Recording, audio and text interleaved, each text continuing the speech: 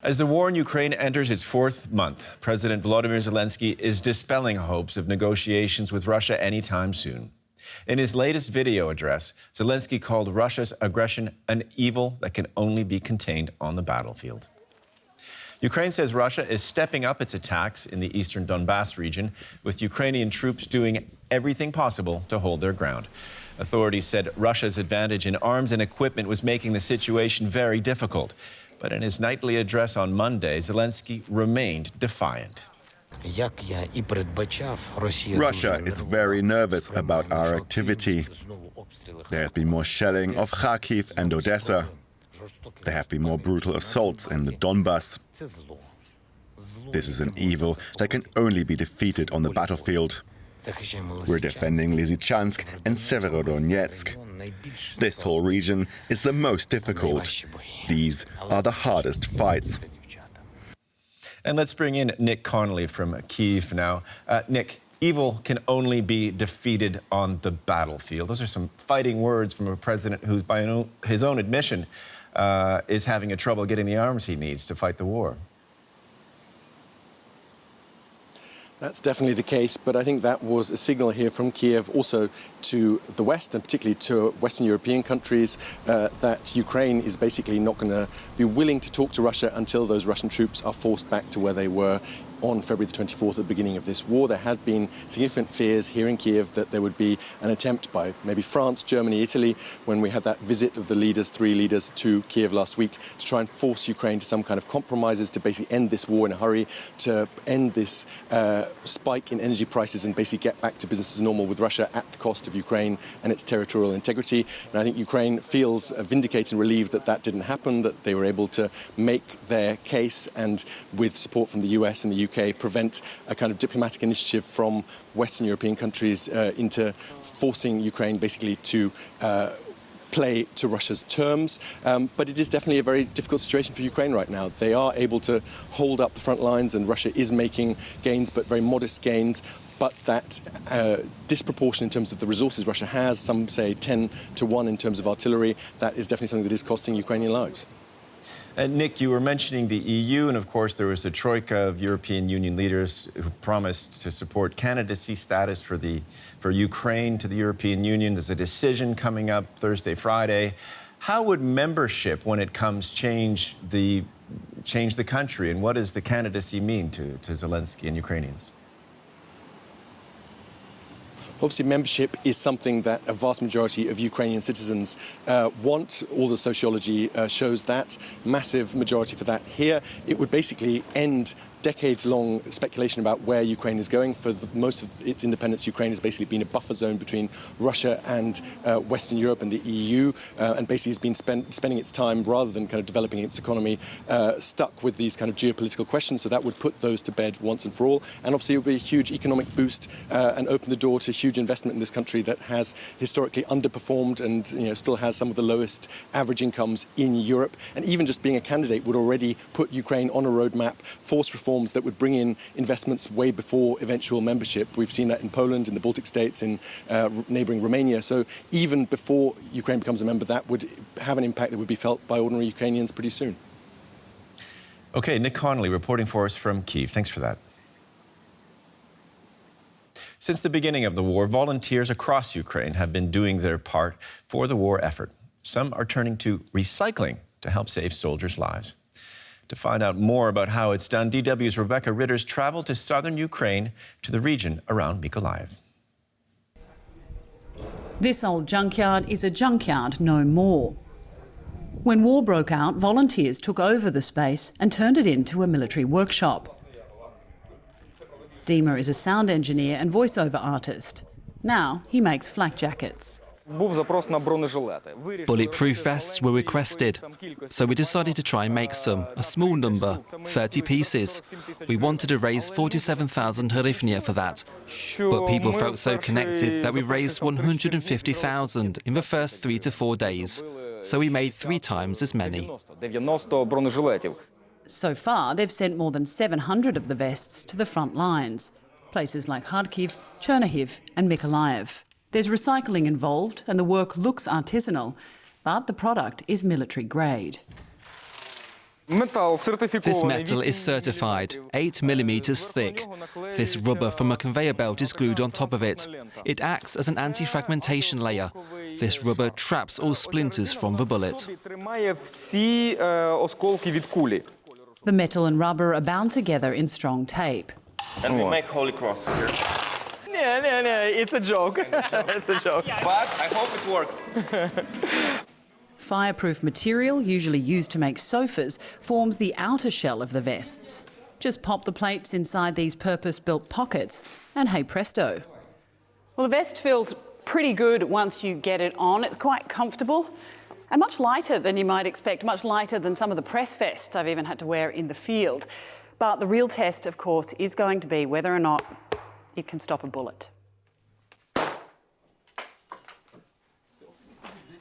The plates deflect shots from an AK-47, standard equipment for the Russian army. Оце куля. Oh, wow. От один слід і от інший. Outside, he shows us old tractor wheels that will go into some of the vests. Soldiers arrive to pick up some for the comrades. They learn what kind of bullets their new body armour can stop. A quick trip into the shop to take what they need, then they're off to the front lines with gear to save lives made in Ukraine. Russia is tightening its grip on the occupied regions of Ukraine, a sign that it has no intention of relinquishing control of these areas. The Russian Defense Ministry says it has repaired nearly 1,200 kilometers of damaged railway in the country's southeast. The tracks link Russia with the occupied areas in the Donbass, Kherson, and Crimea. It will allow Moscow to send in more troops and weapons. The Kremlin also announced that water is again flowing through the Crimean Canal. The canal once provided most of the peninsula's fresh water. Following Russia's annexation of Crimea in 2014, Ukraine built a dam in the town of Kalanchak, cutting off this vital supply. Russia is also attempting to Russify the population in occupied Ukraine to solidify its rule there. It has been handing out Russian passports and introduced the ruble as the official currency. It's also changed the telephone country code and is broadcasting Russian television.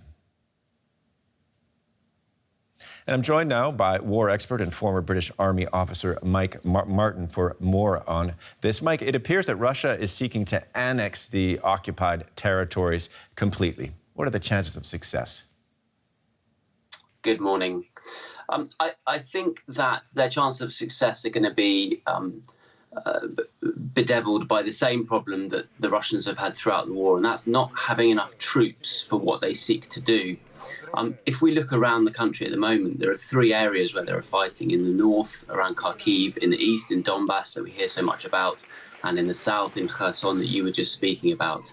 In order to make progress in the east, the Russians had to take out troops from the north and the south. And so they simply just don't have enough troops to do what they want to do.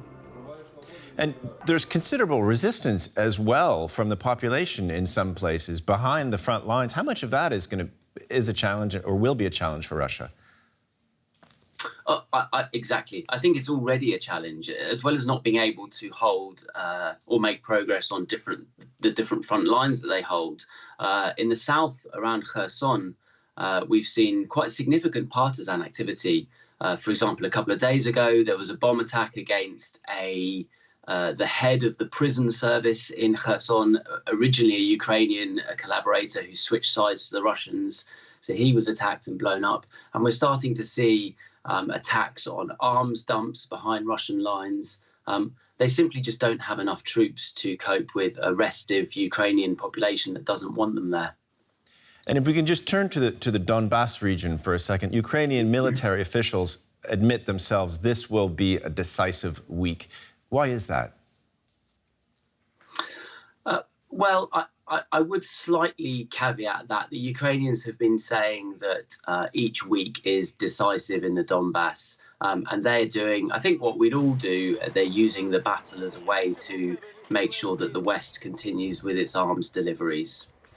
Having said that, the pocket of Ukrainian forces in the city of Severodonetsk, which is what we've heard so much about in the last couple of weeks, is now reduced down to one small area. So it is likely that the Ukrainians are going to have to either surrender that pocket or pull out. It's very similar, actually, to the situation in Mariupol about a month ago. But once they do that, they still hold Lysychansk, which is the next door city, which is just across a river and it's on top of a hill. So it's much more militarily defendable. And a final question, if I may, about that great intangible morale. Who's winning the morale war? Ukraine, without a doubt. And since the beginning of the war, that's been the case. That is largely down to one big factor, which is that the Ukrainians are fighting for the defense of their homeland, whereas the Russians have a conscript army. In some cases, they're press-ganging civilians into that army. And the differences in morale are completely very high for the Ukrainians and very low for the Russians. You had a piece there that was an excellent example of that. Civilians who were running a factory that made something else suddenly switched to making body armor, and the Ukrainian troops were coming and getting that body armor, having a coffee, and then going back to the front line. These are the actions of a country and of a military that have high morale. Okay, military expert Mike Martin, thanks so much. Thank you. Hundreds of thousands of Ukrainians fled to Germany after Russia's invasion in February. Now, even with desperate fighting continuing in their country's east, some Ukrainians are deciding to return home. DW News found out why. These buses are taking Ukrainian refugees back home. As the Russian aggression shifted to the east of Ukraine, more and more people are daring to go back to safer areas. Svitlana Haldecka and daughters Vlada and Zhenya are waiting for a bus to Kyiv. I miss home. I miss our house. I want to go back. We miss friends, miss the family, people we haven't seen for over 3 months now. And it's hard to be on the road like that all the time. With some of them, it's not even possible to connect online, so I just want to see them. But their mother Svitlana is worrying about the trip. Vlada wants to go home. I can't send her to Kiev and stay here myself. From a rational point of view, it's definitely safer here, because you cannot know how will Russia act. Over 800,000 Ukrainian refugees have arrived in Germany since Russia's attack in February.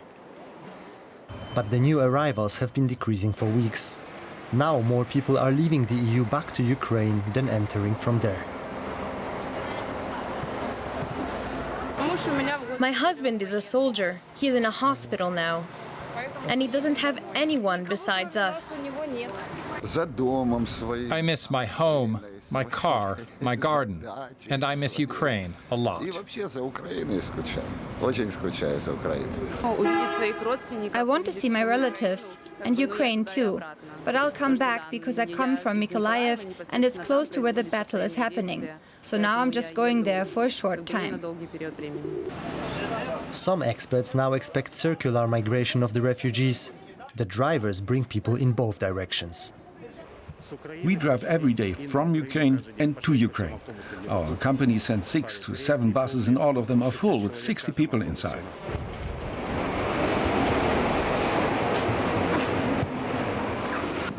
Finally, Svitlana and Vlada's bus arrives.